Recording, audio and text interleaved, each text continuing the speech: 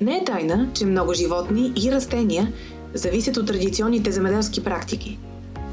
Застрашени видове живеят в хармония с човека там, където той със земеделската си дейност поддържа благоприятни за тях местообитания.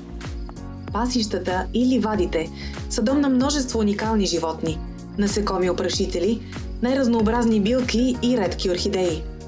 Лалугерът, който е основна храна за застрашения царски орел, може да оцелее само в пасища с ниска растителност, докато ливадният дърдавец търси по-високите треви в ливадите, като укритие.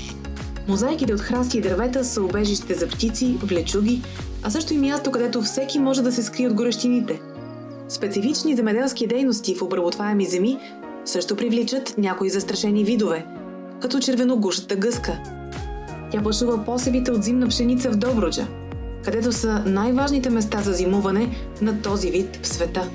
Тези земеделски земи, най-важни за поддържането на биологичното разнообразие, наричаме земи с висока природна стойност. Те обхващат териториите в Натура 2000, както и други постоянно затревени площи с екстензивен начин на ползване, смесени земеделски системи и обработваеми земи, ценни за опазване на различни типове местообитания и застрашени видове. Екстензивното пасищно животновъдство е от ключово значение за опазването на земеделските земи с висока природна стойност. 30 години старам по фермите се, но тук друго няма какво се прави. Друга работа няма. И реших да се занимавам с животновъдство. Пасищно, иначе другото изкуствено. Изкуственото млеко, едно сухо млеко, не знам как да го кажем. Верно дават много, обаче няма нищо на вкус. Това е истината. Значи пасищното месото даже е много по-различно. Чисти са продуктите, билка яде.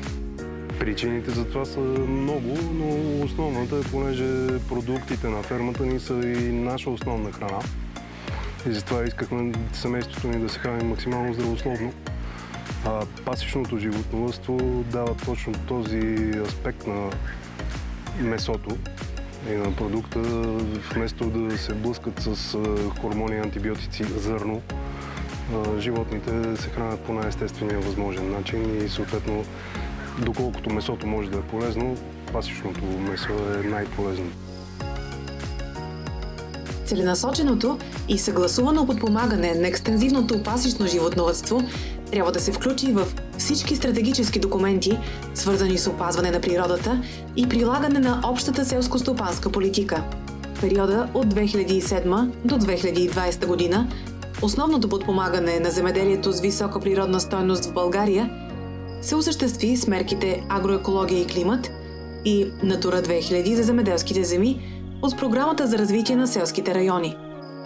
Средногодишно се подпомогнаха над 10 300 земеделски стопани и около 407 600 хектара земеделски земи с висока природна стойност по трите най-атрактивни за земеделските стопани мерки.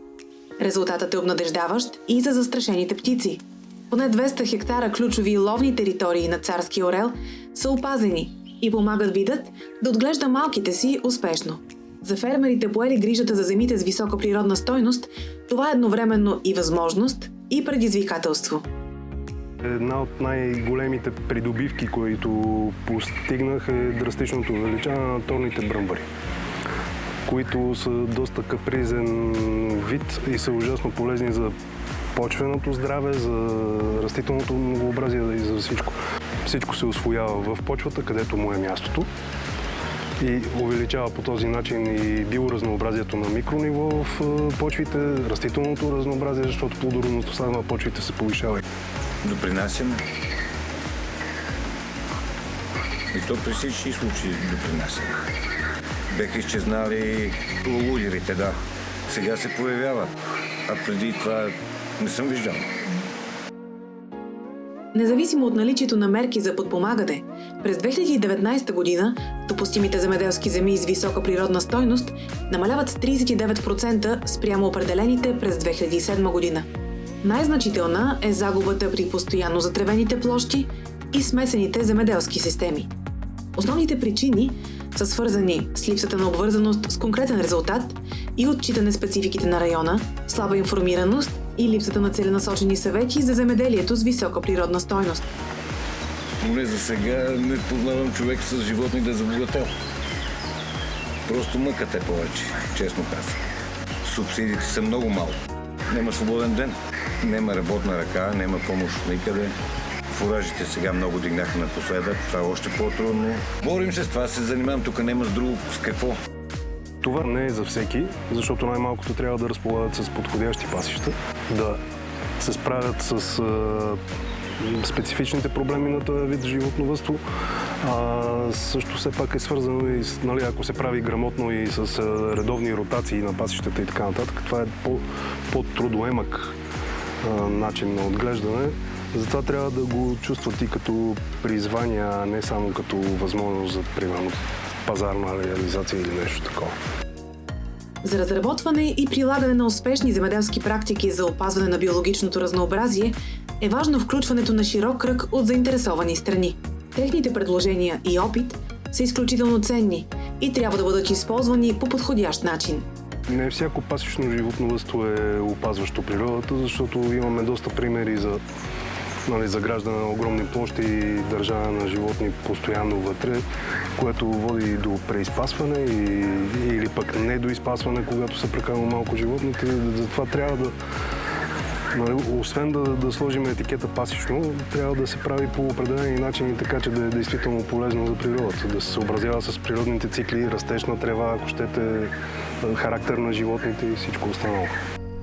Ето защо в стратегическите документи за земеделие е необходимо системно да се включат мерки, които да са насочени към постигане на конкретни резултати за опазване на природата и да отразяват спецификата на земеделските земи с висока природна стойност в даден район, за да се прилагат по-успешно от фермерите.